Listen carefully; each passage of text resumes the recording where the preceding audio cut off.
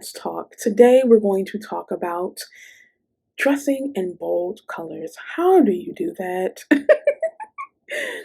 I find that some people are very frustrated with trying their closets out and trying to incorporate more color and finding themselves overwhelmed or embarrassed or intimidated by the concept of wearing different colors. That's why I'm here. We're going to discuss two different things to keep in mind when you are dressing in bold colors, but then three actual techniques that you can use in order to be a color wearing pro.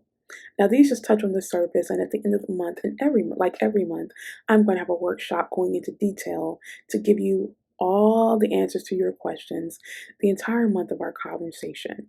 This month, we're going to be talking about color blueprinting, how to master the art of wearing colors, and we're going to go in depth about the three things that I mentioned today that are good to use as tools while you're combating your color fears. Now, two things of note. One, bold is what you define it to be. For some people, this shirt would be bold.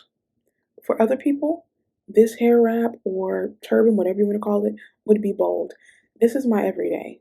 So, what your everyday is someone's once in a blue moon, and vice versa. But you get to define what bold is. That's part of the second thing of note. Understanding that this is experimental. This is about self expression. That is what style is. You are using fashion and clothing and confidence to kind of express yourself, how you're feeling that day. You can never go wrong with self expression in your clothing, in the way that you carry yourself, because it's being authentic. So don't take yourself too seriously and have fun. All right, let's go with the first technique. That is going to be monochrome. Monochrome is a technique that is simple in its concept and it's simpler, it can be, than the other two tools in executing. You are going to think of one shade in your closet, one color in your closet. For most people, besides black and white, that may be blue. So think about all the pieces of blue clothing you have in your closet. Now think about putting together an all blue outfit with different shades. That's monochroming. It is dressing in a single color with varying shades or sometimes with the same shade head to toe. It can look like a number of things, but you get to explore what monochroming means to you. It's simple and it's easier because most people have different pieces that are in the same color family. Like you have a shirt or a skirt that may be blue, and you may have a blue vest and some blue shoes. Start very, very simple. You can even start with black if you want to. If that is what is bold to you, you can do that. It can be black from head to toe, just in different shades. It could be charcoal gray. Of course, like I mentioned, blue. It could be pink. Whatever it is for you, monochrome is a tool that's helping you understand the concept of like differences in the shades and gradients of color. It makes you pay attention to the way that a satin blue fabric is going to lay against a jersey blue fabric and how that still can be visually impactful. Monochrome by itself is visually impactful, being head to toe in one color in varying shades, but also understanding the fabrics that you choose will make a difference. And it'll begin to also open you up to the world of texture. So monochrome is a great tool to use. Next, I like to use color blocking. I wrote about this on the blog this month. Check out in the description below. But color blocking is combining two or more colors together, solid colors together, in a way that are complementary to each other. Now, on the blog, I combined blue and green. My favorite color is green. I look great in royal blue. So I decided to combine two of the greats in my closet for a particular look. You can combine any colors that you want. And the beautiful thing about color blocking is that there are no set rules. It's just one color with another color. I say practice with two, and then you can add in a third. And I say on the blog how you can easily add in a third, or even if you're doing two, how to always pick two that are complementary to each other. Now, there's also something to be said about knowing your undertones, whether you're cool or warm. I also talk about that on my blog, finding the undertones and how to be sure of whose undertones you line up with. I myself am more of a cool gal. You may be a cool or a warm or a neutral. Understanding that will also help you find the colors that make your skin pop, okay?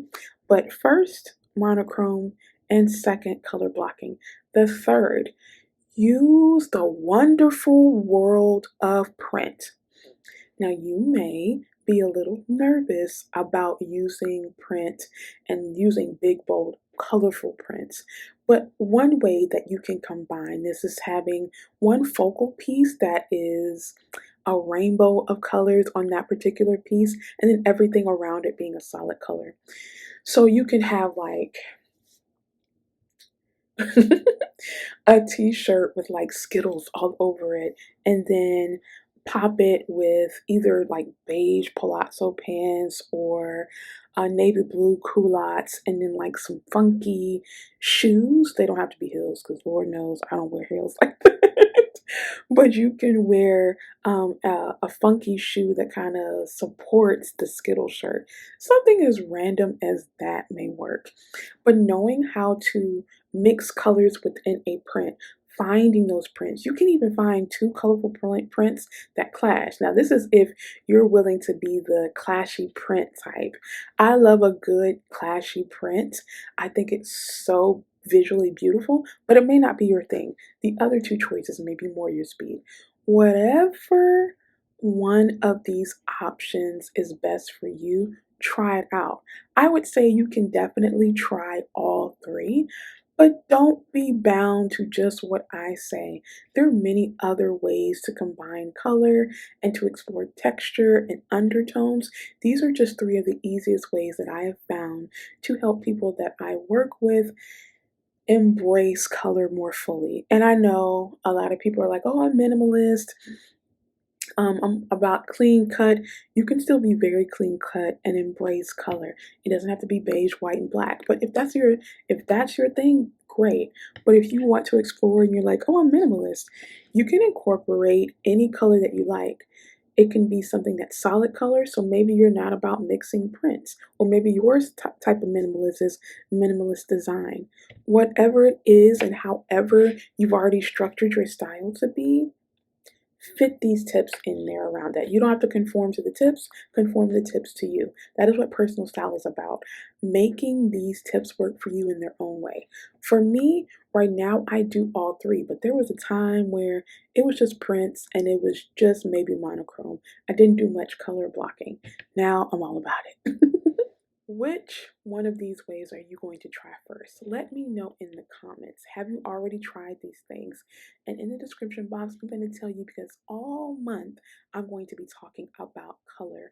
All month I'm going to be talking about refreshing and renewing your wardrobe through color and through other means. So be on the lookout on this channel about how you can improve your color relationship slowly but surely.